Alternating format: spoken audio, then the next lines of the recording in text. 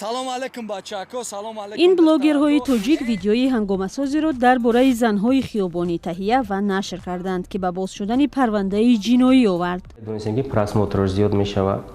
می‌دونستیم که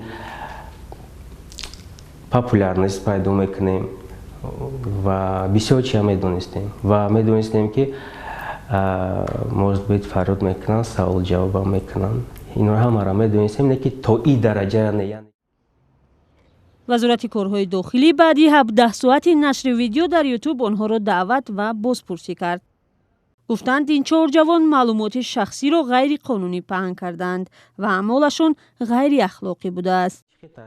بلاگرها میگویند واقعیت را نقل کردند. در شهر میگشتم همه چیز را میدیدم، ماشین میمدن دخترها کردی گپ زده، یگان ماشین کمبغالسکی باشه او کد نمیشتن، یگان ماشین بالیمنی سریوزنی باشه میرفتن همه چیز را یک بار نه چند بار.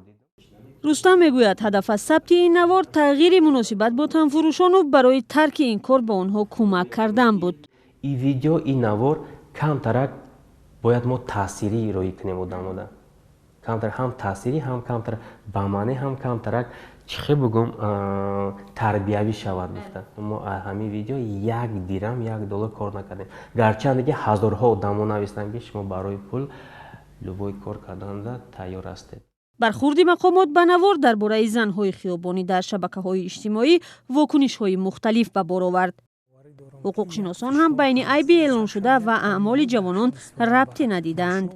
در همین مواد ما باز یک بار دیگه هم تکرار شود نه نام و نسب پره، نه جای استقامت و نه زندگی اویلگی و در وقتی فعالیتی اگر گویم کاری آنها و وقتی درآمد یافتن آنها این کار شده است و این درآمد غیر قانونی است. این درآمدی که نسبت همین درآمد باید چاره مأموری پیش بینی کرده شود. برخی از وکیلان پارلمان بر این باورند که بلاگرها با این نوار یک مشکل جامعه را نشان دادن می‌خواستند و این حق را هم داشتند. چون دولت دموکراتی است، همه حقوق آزادی ابراز عقیده دارند.